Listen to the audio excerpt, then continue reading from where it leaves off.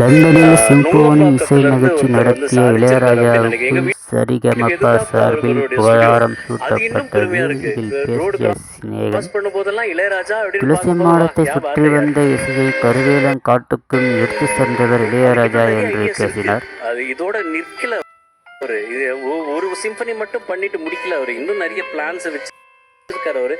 அதெல்லாம் அவர் சாதிக்கணும். அந்த ஆண்டவன் அவருக்கு வந்து அந்த அருள் தரணும். நிறைய இசை எங்களுக்காக நீங்க தரணும். வாழ்த்துக்கள் மீண்டும் ஒரு முறை இந்த ஒரு சாதனைக்கு. கிட்டத்தட்ட I think 1 year back there was a recording that I did with Karthik. நாங்கள் ஒரு பாட்டு பாடுறதுக்கு போனோம் ஸ்டூடியோக்கு. அன்னைக்கு வந்து சார் எங்களுக்கு இங்கே வந்து உட்காருங்க, சிம்பனி பண்ண போகிறேன், அதுலேருந்து ஒரு பீஸ் நான் உங்களுக்கு ப்ளே பண்ணுறேன் சொல்லிட்டு ரொம்ப எக்ஸைட்டடாக இருந்தார் அன்னைக்கு அவர். அண்ட் இது வரைக்கும் கேட்காத மாதிரி ஒரு சிம்பனி அன்னைக்கு அங்கே கேட்டோம். இந்தியன் ஃப்ளேவரில் ஒரு சிம்பனி கேட்குறதுக்கு it was mind blowing. Goose bumps வந்துட்டே இருந்தது, கண்ணு அறியாமலே டியர்ஸ் ஒழுகிட்டே இருந்தது. Inexplicable feeling. அது வந்து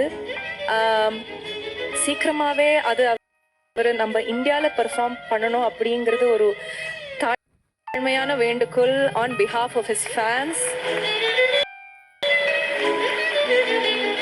சார் உங்ககிட்ட இருந்து ஒரு சில வார்த்தைகள்.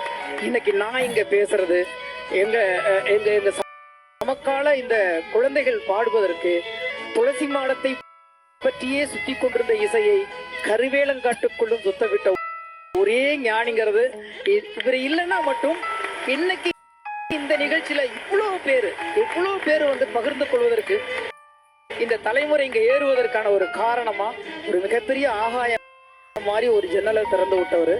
எனிவே அவரு காற்று உள்ள வரைக்கும் அவருடைய கானம் வாழும், அவரும் வாழணுங்கிறது தான் எங்களுடைய எல்லோருடைய பிரார்த்தனை, ஆசை. நீங்க நல்லா இருக்கணும். நன்றி நன்றி நன்றி. Thank you so much. வரலாறு எடுத்து தான் படிப்போம், ஆனா வரலாறு உருவாகிறத பார்க்க முடியுமா, நடக்கிறத பார்க்க முடியுமா?